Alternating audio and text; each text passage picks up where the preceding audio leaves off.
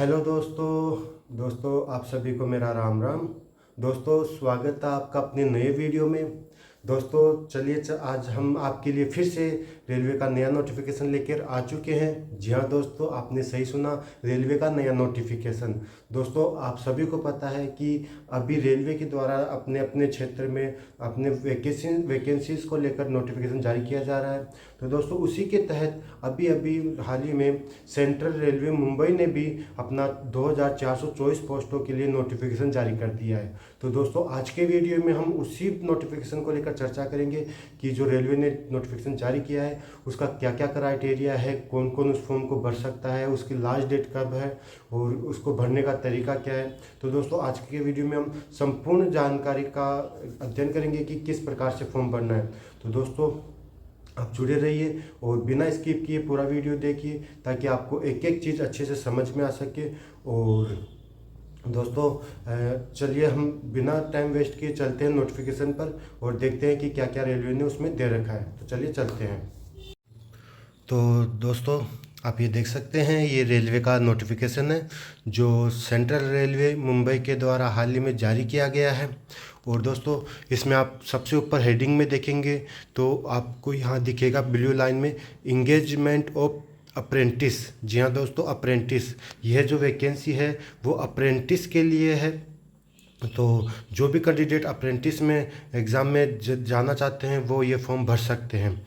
तो दोस्तों सबसे पहले हम इसकी ओपनिंग डेट की बात करते हैं। तो इसकी ओपनिंग डेट है जो फॉर्म भरने की ऑनलाइन, वो 16/7/2024 से है। तो दोस्तों आप सभी को पता है कि 16 तारीख निकल चुका है और जो इसकी क्लोजिंग डेट है वो है 15 अगस्त 2024 है। तो दोस्तों 15 अगस्त तक आप इसको अपना ऑनलाइन फॉर्म अप्लाई कर सकते हैं। इसका जो भरने का क्राइटेरिया है वो ऑनलाइन है और ये रेलवे ने अपनी वेबसाइट दे रखी है www.rrc.com। इस पर जाकर आप अपना ऑनलाइन फॉर्म भर सकते हैं। तो दोस्तों सबसे पहले हम बात करते हैं इसमें मोड ऑफ सिलेक्शन की कि किस प्रकार से इसमें आपका सिलेक्शन होगा। तो दोस्तों सिलेक्शन की हम बात करें तो इसमें मैंने आपको जैसे पहले बताया कि इसमें किसी प्रकार का कोई एग्ज़ाम नहीं लिया जाएगा। इसमें आपको 10th के बेस पर आपका सिलेक्शन होगा। 10th में जो आपकी परसेंटेज है, मार्क्स है, उसके आधार पर आपकी मेरिट बनेगी।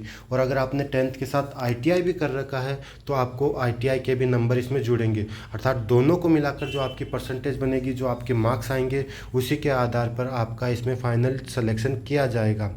और दोस्तों इसको भरने के लिए आपको मिनिमम 50% मार्क्स लाना ज़रूरी है। जी हाँ दोस्तों, आपके 10th में अगर मिनिमम 50% मार्क्स है तो आप इसका फॉर्म अप्लाई कर सकते हैं। अब दोस्तों आप चलिए आगे चलते हैं। तो दोस्तों आप ये देख सकते हैं कि each subject is out of 100 marks, अर्थात प्रत्येक सब्जेक्ट 100 नंबर का माना जाएगा और 100 नंबर में से जितने आपके मार्क्स आ रहे हैं वही आपके काउंट किए जाएंगे। अर्थात 100 नंबर से आपका जो भी परसेंटेज बनेगा वो 100 नंबर के आधार पर किया जाएगा। और दोस्तों आप सभी को पता है कि जब एग्ज़ाम होता है तो कई बार ऐसा होता है कि दो कैंडिडेट के सेम नंबर आ जाते हैं। तो दोस्तों ऐसी स्थिति में अगर दो कैंडिडेट के सेम परसेंटेज है, सेम मार्क्स है, तो उस कंडीशन में जो दोनों कैंडिडेट में से एज में बड़ा होगा उसका सिलेक्शन यहाँ पर किया जाएगा। और अगर दोनों की एज भी सेम है तो जिस कैंडिडेट ने पहले 10th का एग्ज़ाम पास किया होगा उसी का यहाँ पर सिलेक्शन किया जाएगा। और दोस्तों इसमें से आगे की हम बात करें तो दोस्तों इसमें आप जो मुंबई जोन में जितने भी डिवीज़न है वहाँ से जो वैकेंसी निकली हुई है वहाँ में आप केवल एक जगह से ही अप्लाई कर सकते हैं। एक से ज़्यादा जगह आप अप्लाई नहीं कर सकते। अगर आपने एक से अधिक जगह पर आप अप्लाई कर दिया तो आपका फॉर्म रिजेक्ट कर दिया जाएगा। आप ये देख सकते हैं मुंबई, भूसावाला, पुणे, नागपुर, सोलापुर। दोस्तों इन सभी जगह में से आप किसी भी एक जगह से अपना फॉर्म अप्लाई कर सकते हैं। इससे ज़्यादा आप अप्लाई नहीं करिएगा। अगर आपने गलती से अप्लाई कर दिया तो आपका फॉर्म रिजेक्ट कर दिया जाएगा। तो दोस्तों चलिए आगे चलते हैं। दोस्तों आगे हम देखते हैं कि रेलवे ने अपनी जो डिटेल्स है एग्ज़ाम की जो पोस्ट है वो कैटेगरी वाइज यहाँ डिवाइड कर रखी है प्रत्येक डिवीज़न में। तो दोस्तों सबसे पहले जैसे मुंबई क्लस्टर का इन्होंने अपना डिवाइड कर दिया है कि मुंबई में फिल्टर, वाल्डर, कारपेंटर, पेंटर, टेलर, इन सब का जो वैकेंसी है वो यहाँ पर डिवाइड कर रखा है। इन सभी से रिलेटेड आप किसी में भी अपनी कैटेगरी के हिसाब से जहाँ जितनी अच्छी पोस्ट है या अपनी सुविधा के अनुसार आप अपना अप्लाई कर सकते हैं। तो ये आप पीडीएफ में दोस्तों देख सकते हैं कि कहाँ कहाँ पर कितनी कितनी पोस्ट है। आप यहाँ से अपनी सुविधा के हिसाब से अपना जो भी आपको अच्छा लगे वो अपनी पोस्ट भर सकते हैं और अपना डिवीज़न भर सकते हैं कि कौन सी जगह से आप भरेंगे। ये दूसरा भूसा वाला आ गया, भूसा वाला में भी आप देख सकते हैं कि ये पोस्टें हैं। और इसी प्रकार से हम आगे चलते हैं तो दोस्तों पुणे क्लस्टर आ गया, पुणे में से भी आप भर सकते हो। पुणे के बाद में नागपुर है, नागपुर में भी अच्छी पोस्ट है, यहाँ से भी आप अप्लाई कर सकते हो।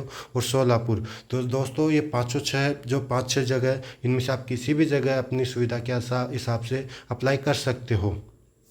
और दोस्तों इसमें लास्ट में ये भी बात बताई गई है कि अगर मान लो किसी पोस्ट पर कहीं पर कोई कैंडिडेट नहीं पहुंचता है तो किसी भी पोस्ट पर शेड्यूल्ड कास्ट का जैसे 10 पोस्ट है और वहां पर 9 ही कैंडिडेट पहुंचते हैं, एक सीट अगर खाली रहती है तो उस सीट को खाली ना रखकर किसी दूसरे कैटेगरी के स्टूडेंट से उसको भरा जाएगा, जिसमें एसटी या एससी कैटेगरी का जो भी कैंडिडेट होगा उस कैंडिडेट को उसकी जगह फिल किया जाएगा। तो दोस्तों ये भी एक अच्छी बात है कि इसमें अगर वैकेंसी खाली रहती है तो दूसरे कैटेगरी से आपको अगर नंबर आता है तो आपका नंबर आराम से हो सकता है। इसलिए आप ये फॉर्म ज़रूर भरें ताकि आपका सिलेक्शन आराम से हो सके। अब दोस्तों हम आगे बात करते हैं कि इसकी एलिजिबिलिटी क्या है। दोस्तों एलिजिबिलिटी की हम बात करें तो इसमें जो एज क्राइटेरिया है वो मिनिमम आपका 15 साल होना चाहिए। जी हाँ दोस्तों, मिनिमम आपको 15 साल और मैक्सिमम आपको 24 साल की उम्र होनी चाहिए। 15 से 24 के बीच में जो कैंडिडेट है वो इसके लिए एलिजिबल है। और इसमें एससी और एसटी कैंडिडेट को 5 साल का रिलैक्सेशन दिया गया है और साथ ही ओबीसी कैटेगरी को इसमें 3 साल का रिलैक्सेशन दिया गया है। तो दोस्तों जो क्राइटेरिया इसमें दे रखा है उसमें से आप जिस कैटेगरी में आते हो वो अपना एज के हिसाब से देख सकते हैं और फॉर्म भर सकते हैं। और दोस्तों जो मैं डिसेबिलिटी पर्सन है उसको 10 साल का इसमें रिलैक्सेशन दिया गया है।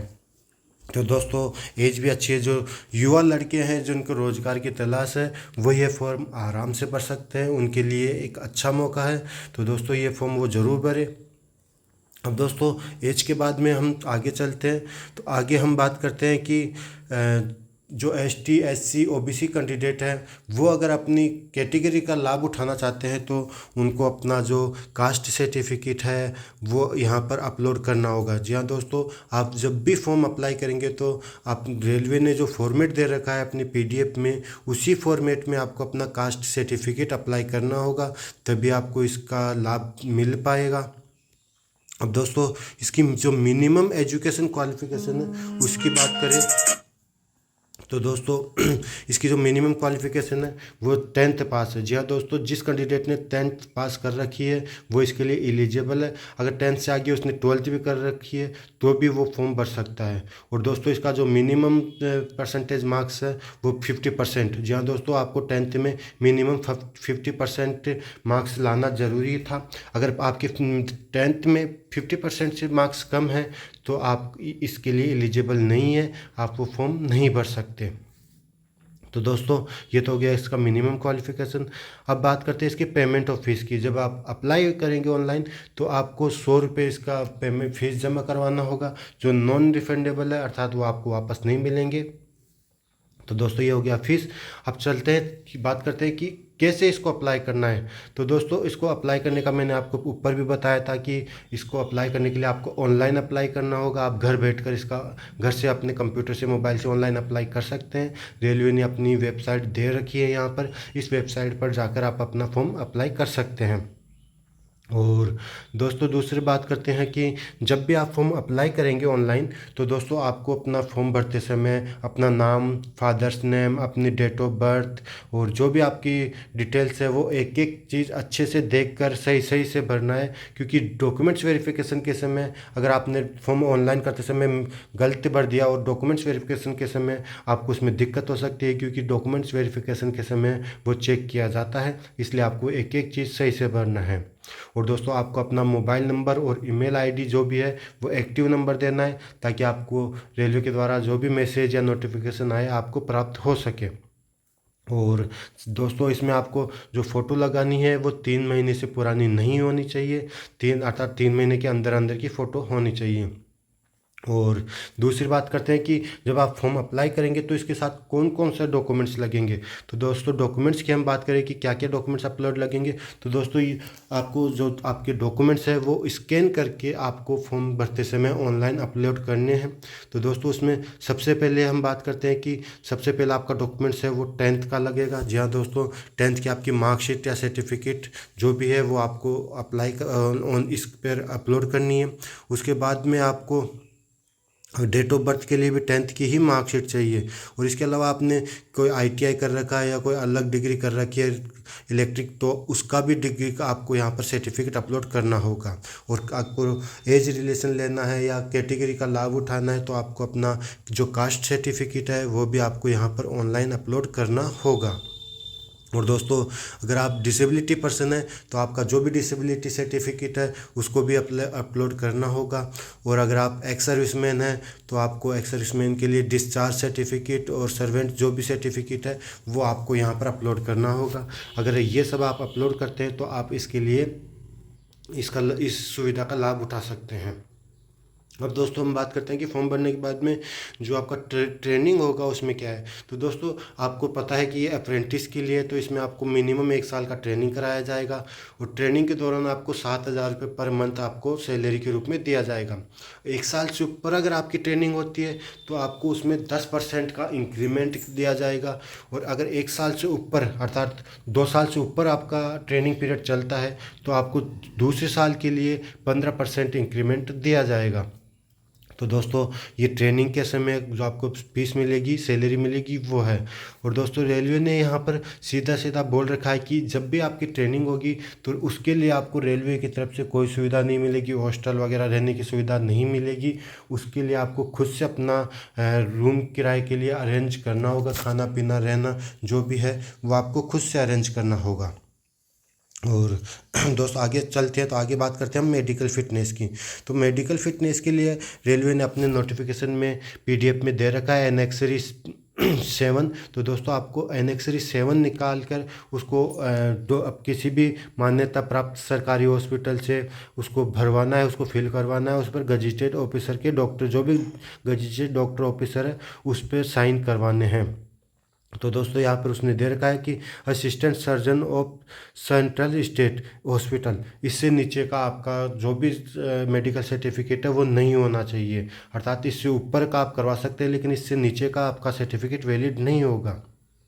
और दोस्तों आगे चले तो हम देखते हैं कि ये इसका एनेक्सर फर्स्ट है कास्ट सर्टिफिकेट के लिए, कैंडिडेट के लिए। तो आपको इस फॉर्मेट में अपना कास्ट सर्टिफिकेट बनवाना है और अपना फॉर्म जब भी अप्लाई ऑनलाइन करें तो ये सर्टिफिकेट आपको वहाँ पर अपलोड करना है।